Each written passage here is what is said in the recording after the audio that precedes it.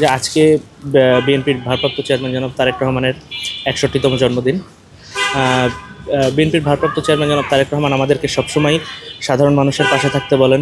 তার ধারাবাহিকতায় আজকে তার জন্মদিন হিসেবে একটি অনাড়ম্বরপূর্ণ অনুষ্ঠান আমরা মানসিক এবং শারীরিক ভারসাম্যহীন মানুষদের পাশে এসে তার জন্মদিনটি উদযাপন করেছি।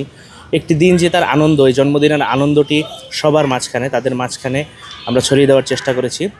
এবং আমরা এটিও বলেছি যে তার জন্মদিন উপলক্ষে, শুধুমাত্র জন্মদিন উপলক্ষেই নেই, তার নির্দেশনা যে সে যেভাবে সাধারণ মানুষদের পাশে দাঁড়াতে বলেছে, তার ধারাবাহিকতায় আমরা এই শারীরিক বা অক্ষম মানুষদের সাথে প্রতি মাসে একটি করে ফ্রি মেডিকেল ক্যাম্প এবং চিকিৎসা সেবা দেব এবং এটি চলমান প্রক্রিয়া হিসেবে থাকবে।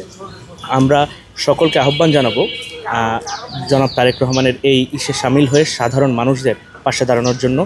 এবং তিনি যে স্লোগানটি দিয়েছিলেন যে সবার আগে বাংলাদেশ, সেই সবার আগে বাংলাদেশকে ধারণ করে বাংলাদেশকে এগিয়ে নেওয়ার জন্য টানা তৃতীয়বার অর্জন করেছে দেশের সেরা সুপার ব্র্যান্ড স্বীকৃতি বসুন্ধরা টিস্যু।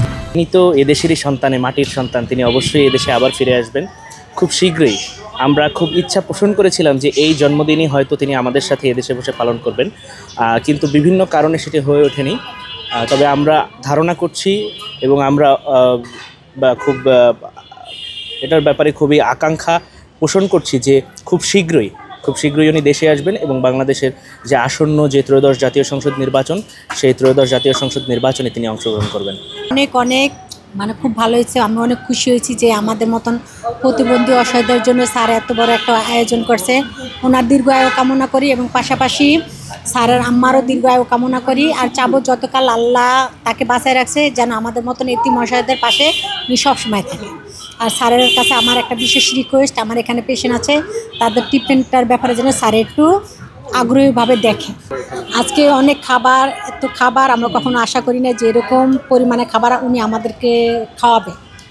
খাওয়ানোর পরে যে খাবারটা বাচ্চা আমাদের আলহামদুলিল্লাহ রাত্রেও চলে যাবে। আয়োজন হয়েছে কিন্তু এতটা আনন্দ সহকারে খাবার তৃপ্তি নিয়ে মজা করে খাবারটা আমরা কখনো খাইনি। খুবই ভালো লাগছে। অনেক ধন্যবাদ দেই, তাতে সেই যেন দীর্ঘ জীবন বেঁচে থাকে, তার মনের আশা আকাঙ্ক্ষা আল্লাহ পূর্ণ করুক, সমনে যা আশা আছে আল্লাহ সব পূর্ণ করুক।